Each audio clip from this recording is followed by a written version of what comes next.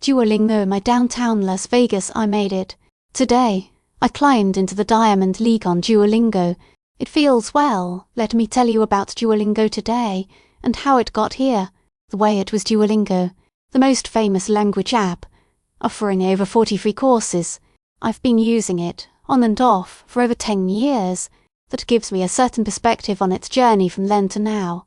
And back then, it was seriously cool. Planning a trip. Start Duolingo for 2 months before you left, and you'd have a solid foundation to build on during your vacation. It just gave you a good base. I had my morning coffee routine down 5 minutes per language, every single morning, and I did this with 6 languages at once. For every exercise, you could ask questions, and other users would answer. This opened the door for deep, grammatical dives. There were no hearts to lose for wrong answers, hearts you'd then have to scramble to get back.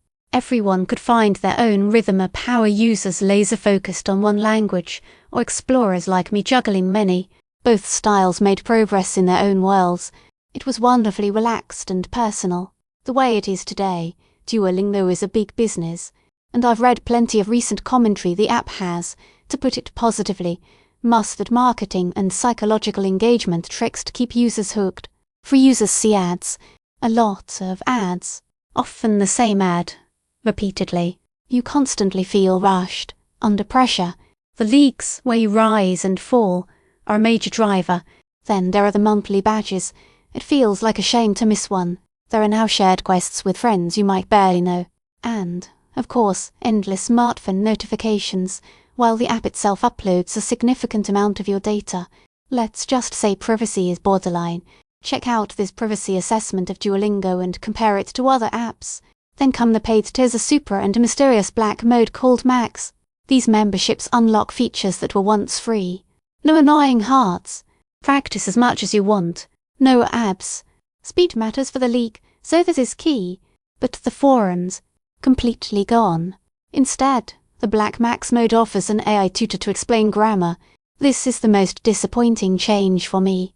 Occasionally, you get temporary access to these paid features as a bonus, tied to a points boost. But honestly, it feels hollow.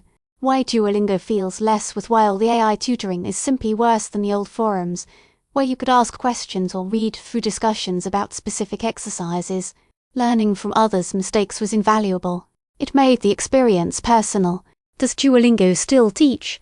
As a free user today, you essentially navigate the courses without dedicated grammar lessons.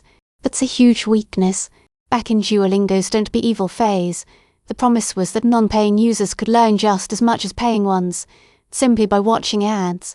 Today, free users are second-class no-grammar tools, and a harder climb in the leagues.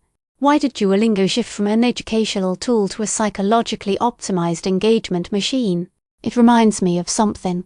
My Vegas flashback. This shift with Duolingo is frustrating. Or, to put a more positive spin on it, the app now feels more like Las Vegas and its casinos, showering you with free coupons for an exciting time. Many might not know this, that there are days, usually weekdays, in Vegas where you only pay for the room, sometimes as low as $30, cheap for the US. A nice bed, maybe a desert view. At check-in, you get fistfuls of coupons of free drinks, free plays, and more. Crucially, these deals are mainly found in downtown Las Vegas, the older part, frequented by everyday Americans looking to gamble.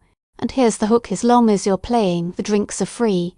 Suddenly, it's cheaper than a beer at the corner pub. Why not go to the casino? You think. Contrast this with the glitzy new strip everyone knows from TV that's tourist territory. Downtown has its own gritty charm, and modern Duolingo, it feels just like that.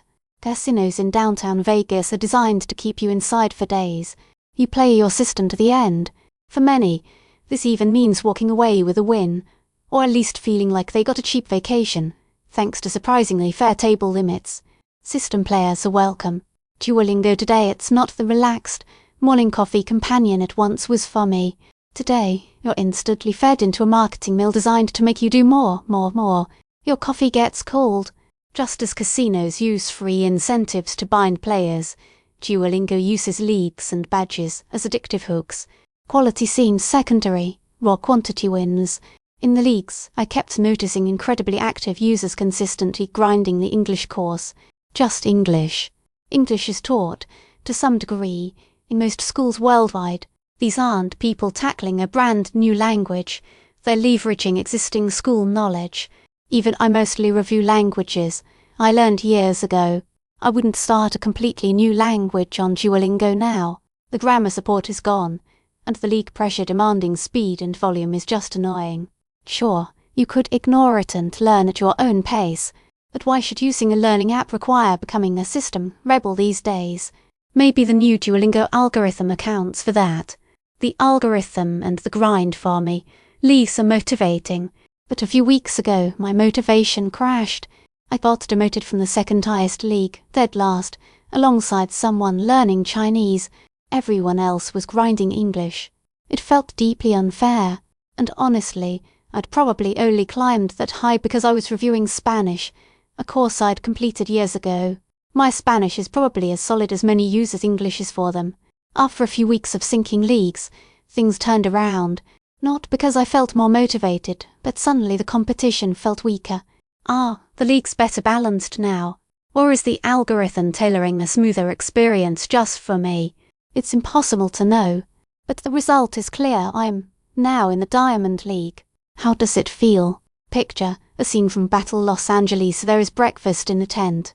I read exhaustion, emptiness, a sense of unreality, but also the grim certainty that you just have to keep going. Seeing my own reactions shows me how potent Duolingo's marketing magic really is. Like that film's finale effective, well-made something. And it goes deeper. They even have an app for preschoolers. Duo-ABC forging the next generation. As my son approaches school age, I searched for learning apps. There are many, mostly subscription-based with tricky cancellation policies. Annoyingly, his preschool even promoted some. As dutiful parents, you sign up, but more and more parents seem to tune this out. Kids certainly do. I looked for alternatives. Yes, Duolingo has a kids app, Duo-ABC, completely ad-free. It's focused on English speakers, but it's well made. Learning letters, stories galore. He loves it. He calls it lingo, even though ABC isn't in the name. Is this cultivating the next generation of Duolingo users? The marketing is undeniably brilliant. We sit together every evening clicking through exercises. The term Duolingo family even popped into my head like the Nor family, but for apps. The takeaway back then. I'd say start Duolingo before your trip. Today I'd say if you want to keep a language from rusting, sure, use the app. It's not wrong.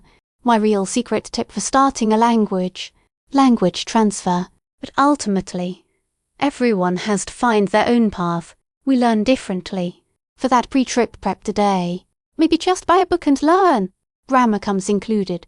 And the best part, it feels like the good old days. Speaking of Vegas and systems, I enjoy playing roulette, but I must strongly warn against casinos outside Las Vegas. Their math is different. Their table limits often cripple you after half an hour, and losses pile up fast. My advice is stick to downtown Vegas, or buy your own roulette set for the kitchen table. It makes a surprisingly fun party game. Pre-calculate the house edge and set friendly limits. Maybe use cents to keep everyone involved. Calculate potential winnings to fund free drinks for everyone. Turning losers into social heroes, a real band of brothers moment. Roulette scales. And that 24/7 playability, that's the Vegas feeling. But crucial note, no system, however clever, survives infinite play without leading to total ruin.